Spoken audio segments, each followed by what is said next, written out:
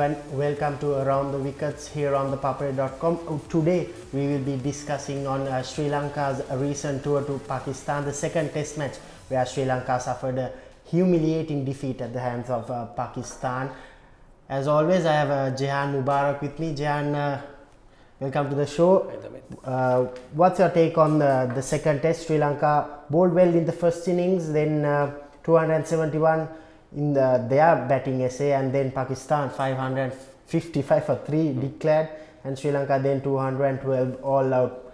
263 run defeat for Sri Lanka.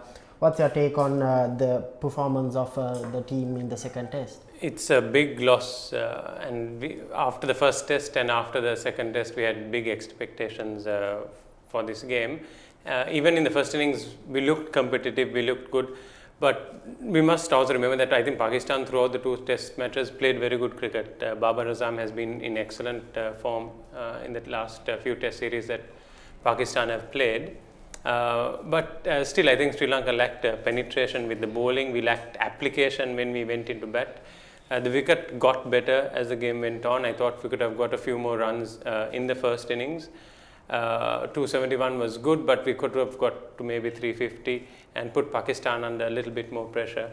And the bowling, once the wicket became flat, we seemed lost for ideas.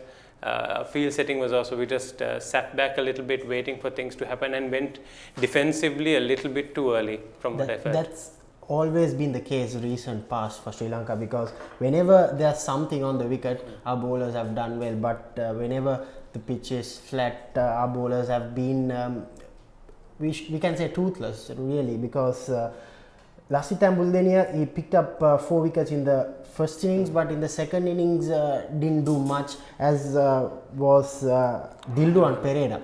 What's your thought on Dilruwan Perera, who wicketless in the entire series? Yeah, that's a big problem for us, because we picked Dilruwan as a specialist spinner, the only spinner in the first test match. He didn't get any wickets. In the second test match also, he hasn't got wickets, so that's a big problem for us. That's areas that we need to fix. And he used to be, and like you said, Damith, on wickets that help us when we play back at home. Our spinners do know how to bowl, how to take wickets, the fields that they need to set, but on flat wickets, I think we need to be attacking a little bit more. Lasith Ambuldeniya, I believe he still has a problem with his finger. He had a surgery on it and a fracture, and I've noticed during the test match that he still has some stiffness on the thumb mainly. So that's something maybe he needs to look at from a physiotherapy point of view, get a bit more movement in that thumb, because he was resting the ball on his palm when he was bowling. And as the game went on, he bowled 40 overs in the second innings, so that's a lot of bowling. And it also shows that Damith didn't have enough confidence in Dilruwan, because Dhananjay De Silva did a lot of bowling as well in that second innings. Yeah, and the only positive for Sri Lanka was Lahiru Kumar. He consistently hit that 140 mark and sometimes 150 also. Took 7 wickets in the 3 innings. He was the only one who seemed like taking a wicket in the second innings, was it? Yeah, he's good, and even all formats of the game, whenever he plays, he always looks effective. He always rushes the batsman. The batsman is always under pressure. He just needs to work a little bit on his accuracy, but in Test cricket, he has time to do that. You can afford a few more loose balls in Test cricket. So I'm very excited to see how Lahiru Kumar performs in international cricket. What was the thought process behind? We saw Oshada Fernando opening the batting, then Chandimal batting at number 7. Yeah. But still, only Oshada Fernando to me was the only positive from that batting performance in that second inning. Yes, Chandimal got a 74, but he wasn't in his best form, was he? Yeah, probably not, or maybe bat Chandimal higher up the order. I'm not sure whether number 7 is the best position for Chandi. He has a very good test record, and he's got hundreds against good test teams. I would have moved Chandi further up the order, give him a little bit more time to set himself and get the others to bat around Chandi, rather than for Chandi to bat around Kusal Mendis and Angelo Matthews. Kusal Mendis' form is another issue that I think Sri Lanka will need to look at very quickly. Last year in 2018, Kusal Mendis averaged 22.30. Sorry, this year, but last year it was 50 plus. So that's a big concern. He was just playing that some sort of a ODI and T20 form. He was just hard hands. That was the cause for all his 3 dismisses. Personally, I don't think Kusal Mendis should be playing T20 cricket. Maybe one-day cricket, but definitely not T20 cricket. Let him play a little bit more Test cricket. He's very talented, like you said. He's got hundreds against the best teams. Last day he had a good Test run, but too many chopping and changing from T20. So let him focus on one format of the game. But as you said, Damith, Oshada Fernando coming in there, cementing his place. To me, he has cemented. He cemented his place with that innings in South Africa. Unfortunately, he didn't get to play after that, and we should have persisted with him. He doesn't open that much in first-class cricket. He bats at number 3. But now he has shown the world that he still can be an opener for Sri Lanka with Dimuth. So maybe it's an option. Even either he can open, or if Kusal is going to be left out, you can move him to number 3 and then bring someone else in to open. And Angelo Matthews, after a while, we expected Angelo and Mendes to do something which they did back in New Zealand in that 4th innings. But that's where we, in that 4th day, we lost 5 wickets before close of play. That's where Sri Lanka lost the plot in at least having a chance of saving the game. We were in with a chance of because the wicket was still good. One partnership at the top would have got us through to the end of day 4, and then it's a matter of batting 3 sessions, which we have done before, like we did in New Zealand. It was possible, but I think Pakistan played well. They knew the conditions. They waited for the right moment to attack. And moment they got the breakthrough, it's good to see young Naseem Shah coming in and taking 5 wickets. That's really, really good, and it's really good for Pakistan cricket as well. Yeah, I think Shaheen Shah Afridi and Naseem Shah, now they have very good 2 seam bowlers in their ranks. Pakistan, they collected 60 points from that second test, and now they are behind India and Australia in the ICC World Test Championship, and Sri Lanka, they have only collected 20 points from the first test, so they are in the 4th place.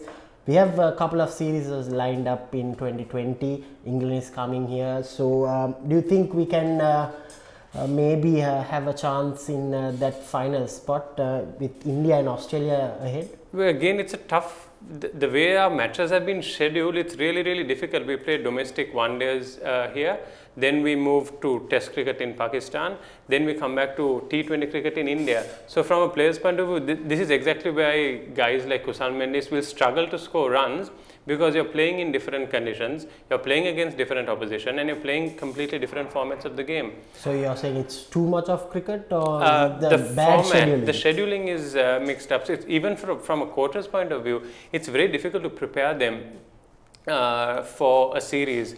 How do you prepare Kusal Mendis to play a test match in Rawalpindi, and then 2 weeks later he has to play a one-day game in Pune? So that, and then how do you practice red ball, white ball, where do you get your net bowlers in? Then do we have enough of a bench strength back home? Are the domestic players, are they playing enough test cricket or red ball cricket? Are they playing enough T20 cricket? I don't think so. So it's difficult. I mean, we expect a lot from them. We expect higher standards, and we're going to play against India, the best team in the world. Indeed, and India, they named their T20 squad to face Sri Lanka. They have we see the return of Jasprit Bumrah. They have rested Rohit Sharma for this series, but still a very strong Indian lineup, isn't it? Yeah, it's a very strong line. They've got every guy who comes in, they have the experience of playing in the IPL. They are very, very competitive. Their fitness levels are good. Their fielding is good, and they slot right in. And they are flexible. We've seen Dubey batting at number 3. He can bat low down the order. Jadeja can bat, so they have a lot of flexibility, and it's a well-oiled machine that India have, and Sri Lanka will find it really tough in those conditions. Do you think players like Angelo Matthews will make a comeback to this series? I think they should. I mean, we haven't named the squad yet, but I would expect him to make a comeback, and I really, really hope that Kusal will be given a break. Yeah, indeed, because we saw Avishka Fernando and Bhanuka Rajapaksa doing really well in the BPL, and both of them are opening the batting. So probably another thought for the selectors, maybe push Bhanuka to the opener slot with Avishka. We have Kusal Janit also in the lineup, then Anushka Gunatilaka. So it will be very interesting with the T20 World Cup. How important is this series, Jehan? It's a good gauge of where we are internationally. We have our players be playing in different leagues, scoring runs, but now can everyone come together and perform against the best team? I think T20 the balance and the composition of the team would be a little bit better than in the test matches with the names that you mentioned. Hopefully Dasun Shanaka will also come back, and it'll strengthen the batting, the middle order, which has been a bit brittle. And it doesn't matter if we lose these games, but I think as long as we're competitive and we get a good look at the fringe players, the Bhanuka Rajapaksas, maybe Shehan Jayasuriya, have a look at them and see if they're ready to play. And probably with the bowling, Lahiru Kumara, Malinga, Vanidu Hasaranga, that will be the key factor for Sri Lanka, because throughout the last few years, where we have lacked is good wicket-taking bowlers. Yeah, wicket-taking bowlers and bowling at the death. Yes. The last few overs, we always go for runs in that last few overs. So that's one area that I think with T20 cricket need to polish up. Bowling our Yorkers, our slow balls, wide Yorkers. That's one key area, and that's one area that Maling has been really, really good at. And nobody really has come after that and been able to do that. Indeed, and when it comes to the Sri Lankan under-19 team, they will be playing the ICC under-19 World Cup next month. But before that, they won the Tri-Series in West Indies, beating England under-19s in the final by 77 runs. Finally, after all the visa issues and everything, they have brought back some silverware. Is it, Jehan? Yeah, that was good. They took the long way around to get to the Caribbean. But it's good, they got two of their players back and they have done well. Captain has come into form, openers now, Paranitana has come into form, so things are falling into place. They had a bad series in Bangladesh, but again that is good. You can't expect them to be winning all the time.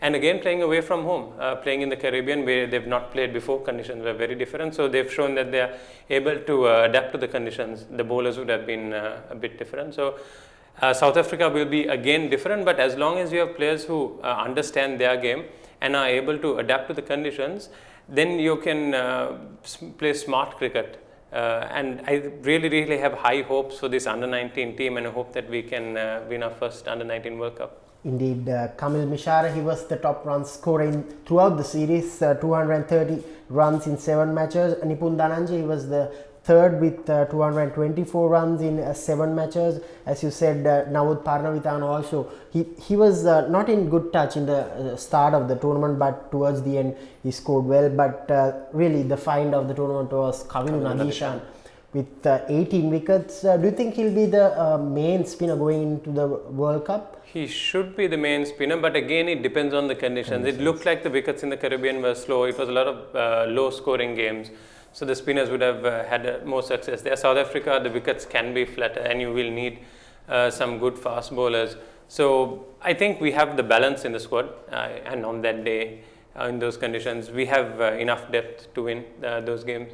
Indeed, but the challenge for Sri Lanka in the World Cup will be they are grouped with India and New Zealand and Japan. Only 2 teams will qualify for the cup thing, but still, let's hope they will do well in the World Cup, and we will bring you a lot more on the World Cup itself. And before that, the Invitational Limited Overs Tournament, usually it should be the Premier Limited Overs Tournament.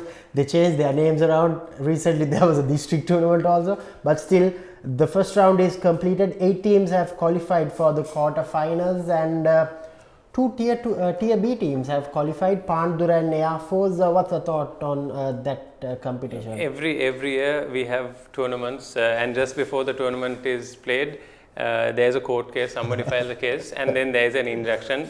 And to prevent that, the tournament dates are changed, the names of the tournament are changed, the teams are changed.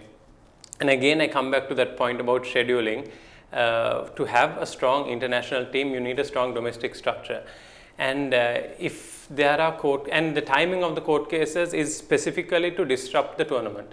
The cases could have been filed 1 month before, 2 months before, but it's filed specifically 1 week before the tournament to ensure that the court will give a stay order and to deter the cricket board from conducting the tournament. So either the cricket board has got it wrong, or the clubs or the people who file the case have got it wrong, but for whatever reason, we are not playing a good domestic tournament. and we're having teams coming in. We have 25 teams in that one-day tournament. The quality is... It will be about 26 for the T20s. For the T20s. It starts next So the quality is diluted. For 26 teams, just to have 11 in each team, that's 271 players. At least about 300 players will be playing. We don't have 271 players. Let's be clear about that. Sri Lanka does not have 271 first-class players. Club teams are struggling to find players. They're getting players from school who have not even played, say, 1 or 2 school matches. They are the guys who are now playing one-day cricket and first-class cricket for Sri Lanka. So it's something that really, really needs to be addressed, because otherwise we are not going to go forward. And Sri Lanka cricket, the national team is doing well despite all these problems, but over the next 3-4 years, unless we sort this problem out, we're only going downhill. Indeed, a lot to think for Sri Lanka cricket ahead in this 2019 and 2020 domestic season. I hope they'll bring down the number of teams. That's what they are planning to do, and let's hope for the best. In this current tournament, Angelo Pereira is currently the top run scorer with 301 runs, and Upul Taranga is in the second place. Charit Tasalanka, Lasit Cruz Pulle of Chilau Marians, and Dushan Vimukti makes up the list. And the wicket takers list, Kaminu Mendis, the ambidextrous spinner, he has taken 13 wickets, but usually we expect him to score more runs than take wickets. Tharindu Ratnayaka, another ambidextrous spinner, taken 11 wickets. Shamika Karunaratne and Sachindu Columbage is a good find, I think.